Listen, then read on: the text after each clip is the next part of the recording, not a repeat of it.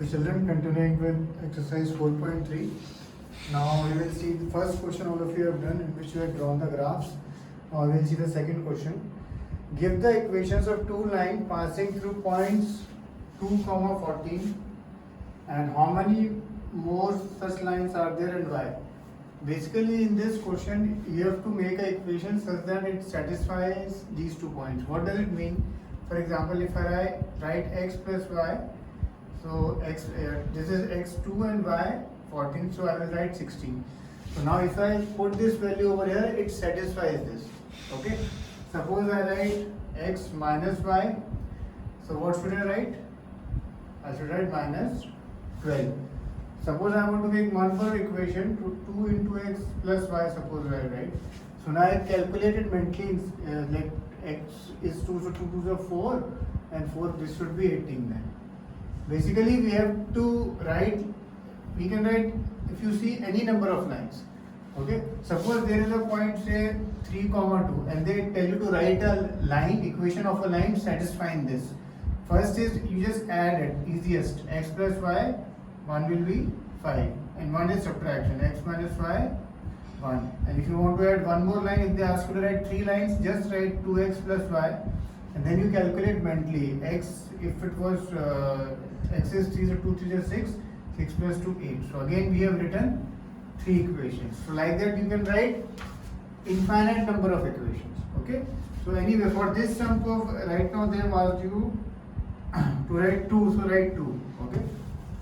So this is question number 2.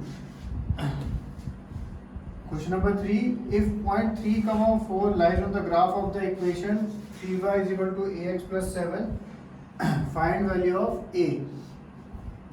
Here the point 3, 4. So this is x point and this is y. So just put this value of x here, y value 4 here, and then just calculate the value of it. Okay. This is question number 3. Now we move on to question number 4. Question number 4 is an important question. It is asked many times in the exam.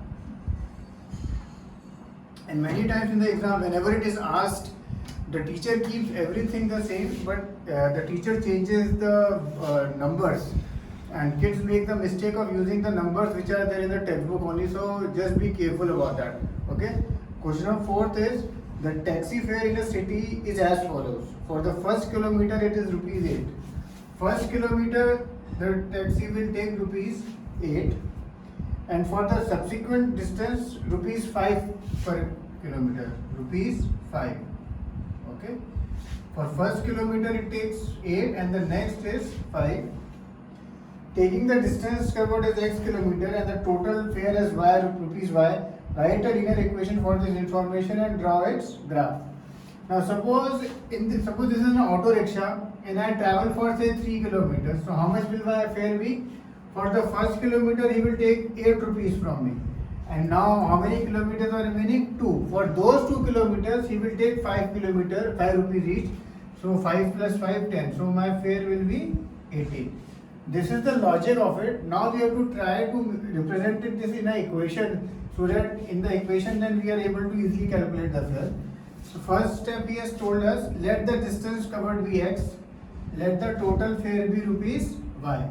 Okay, and then total fare y I will write here, and 8 rupees so he will take for the first kilometer, and if total distance traveled is x, 5 rupees he will take for the remaining, so I will write x minus 1.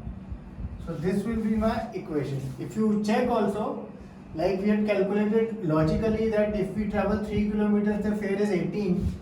Here instead of distance covered is x, so if you put 3 here, 3 minus 1, 2, 2 5 are 10, 10 plus 8, 18. Okay. So this is my equation, y is equal to 8 plus 5x minus 1. Here we have done x minus 1, the reason is for the first kilometer, 8 kilometers is charged on already. The remaining distance will be x minus 1 and that for that fare he is asking you rupees 5. Of course we will solve it slightly a little bit. 8 plus 5x minus 5, y is equal to 8 minus 5 is 3 plus 5x. And now of course you can, he has asked you to draw the graph also. You can easily draw the graph. Suppose I take x is equal to suppose 1, then y will be 8. Similarly, the other values also you can take and draw the graph. Okay. Here don't take any negative values or zero values because this is basically distance covered. So distance covered will always be in positive. Okay. So this is question number 4, and of course when you draw the graph you will always get a straight line. Remember that. Now question number 5. Question number 5 has two parts. One part we will do totally. The second part will do as your homework. From the choices given below, choose the equation whose graphs are given in the figure. For figure 4.6, he has written 4 equations. Okay. Now, if you see the first equation, figure 4.6, there one point is minus 1 comma 1, one point is 0 comma 0, and then the last point is 1 comma minus 1. Basically, all you have to do, out of these 4 equations, one by one you have to check that these points should satisfy both all the points, all 3 points should satisfy the equation. For example, first is y equal to x. Okay. Now, if I put instead of x minus 1 and instead of y 1, so first point is only not satisfying, so this can't be the equation. Second is x plus y equal to 0. Now, if I put minus 1 plus 1, minus 1 plus 1 is 0, so yes, first point is satisfying. Now I put the second point, 0 plus 0, again 0 plus 0 is 0, it is also satisfying. And third one, if I put 1 plus minus 1, again this is 0, so this is also satisfying. Okay, once I find the equation in which all 3 points are satisfying it, that is the answer. Then you can stop and that will be the answer. Okay. So that's how now you have to do question number figure. You will do this also as homework, and then figure 4.7 also you have to do. Again, or like they have given you 4 equations. All the out of this, all the other 3 points now are minus 1 comma 3, 0 comma 2, and 2 comma 0.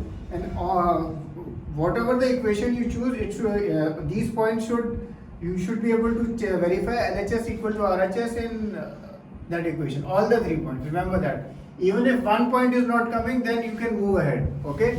You did not check all the 3 points. Suppose I check the first point here in this equation, it was not coming only, then you don't have to check the others also. Only if say first is checking, third is checking, then only you go to the third one also. Okay. So this is question number 5. Now we will do question number 6. Before we read that, there is this formula, work done is equal to force into displacement. This formula you will learn in chapter 12 whenever we do in science. The reason I am writing it here because in this particular sum he is using this formula. Okay. If the work done by a body on application of a constant force is directly proportional to the distance travelled by the body, express this in the form of linear equation in 2 variables and draw the graph of the same by taking the constant force as 5 units. Constant force, he has said take it as 5 units, that he has given to you. Okay. Also read from the graph the work done when the distance travelled by the body is 2 units and 0 units. This last statement now also read from the graph, that I want you to forget right now. Okay, don't do anything with regards to that right now. Right now the first thing is we just make the equation. Work done is equal to force into displacement. Let the work done be y, displacement x. Therefore our equation will become y is equal to 5x.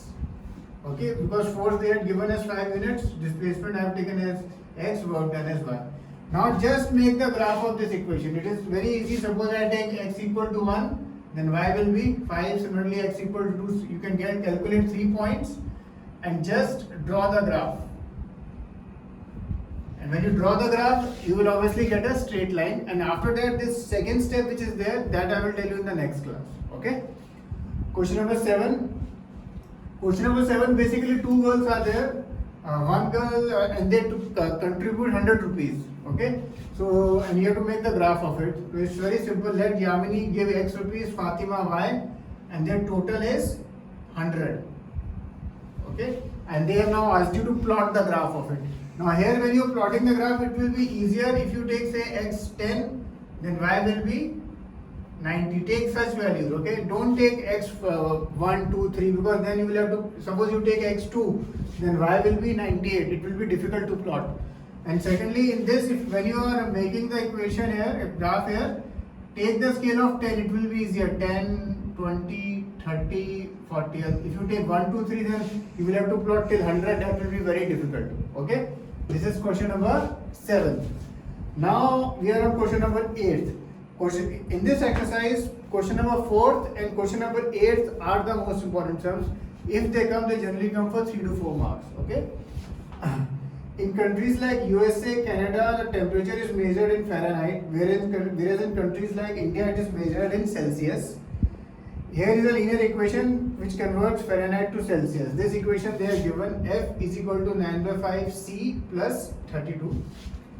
First is draw the graph of the equation using Celsius for x-axis, Fahrenheit for y-axis. So Fahrenheit for y-axis, Celsius x-axis, and now you have to just plot the graph. Here, of course, it will be easier. Say if you take x is equal to say 10. If you take okay, so 5 to so you can easily cut it then. 5 2s are 10, 9 to then 90, 18 plus 32 will be 50. So that's what you have to plot it. So similar values you choose, which so that it is easier to plot. Sometimes, of course, you will not get all the whole numbers, but then you plot whatever you get. Okay. And here, in many equations, for example, in this equation also, it is y is equal to 5x. Here also it is like that. So keep the equation in this form only. No need to write it like this. Okay, you will make the sum more complicated. Keep it like this only, and then you just draw the graph by substituting the value. And in all these sums, when suppose y is equal to this, it will always be easier to substitute the value of x. Okay, similarly here also it will be easier to substitute the value of x. Okay. Now the second question is, if the temperature is 30 degrees centigrade, what is the temperature is Fahrenheit? That is of course self-explanatory. I am not going to do this for you. Instead of C, just write 30. Okay, instead of C, just write 30 and you will get the answer. Similarly, third question, if the temperature is 95 degrees Fahrenheit, what is the temperature in Celsius? So instead of F, you will write 95 and then solve for C. Question number 4, if the temperature is 0 degree, what is the temperature in Fahrenheit? For example, here instead of C, what you will write? 0. So if you will write 9 by 5 into 0 into plus 32. So 0 into 0 is, so we will get as Fahrenheit as 32. Okay. Similarly, you have to put now Fahrenheit as 0. You will put Fahrenheit as 0 and calculate the value of C. And last question is there a temperature which is numerically the same in both of Fahrenheit and Celsius? If yes, find it. So in this term, let that temperature be x. Let that temperature be x. Now instead of F also you write x.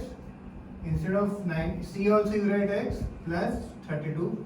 One step I will do for you. You bring this here. Now you will take the LCM.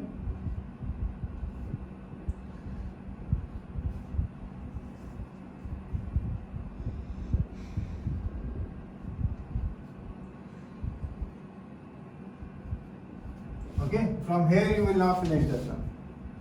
Okay, so we have discussed exercise 4.3. Finish these sums. Okay, cheers.